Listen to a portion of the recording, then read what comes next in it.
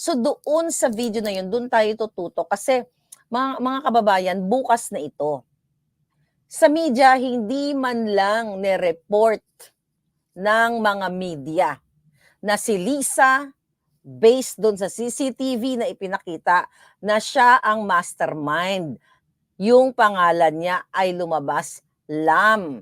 Alam yan sa mundo ng politika, widely known siya as Lam. Lisa Araneta Marcos. Walang hinighlight ang mainstream media, ayaw walang follow-up ang mga jutang ginimes katulad ni Jinggoy, ni Cheese, at ng iba pang mga senador doon, di ba, na present nung last hearing. Walang cross-exam.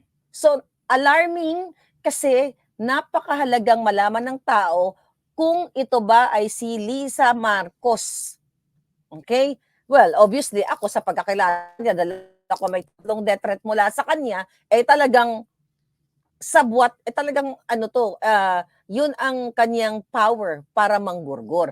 Pero the question is, mga kababayan, hindi hinighlight o hindi man lang inulat yan ng mainstream media na talagang nakasentro na itong first lady na ito ay possible na manggugurgur.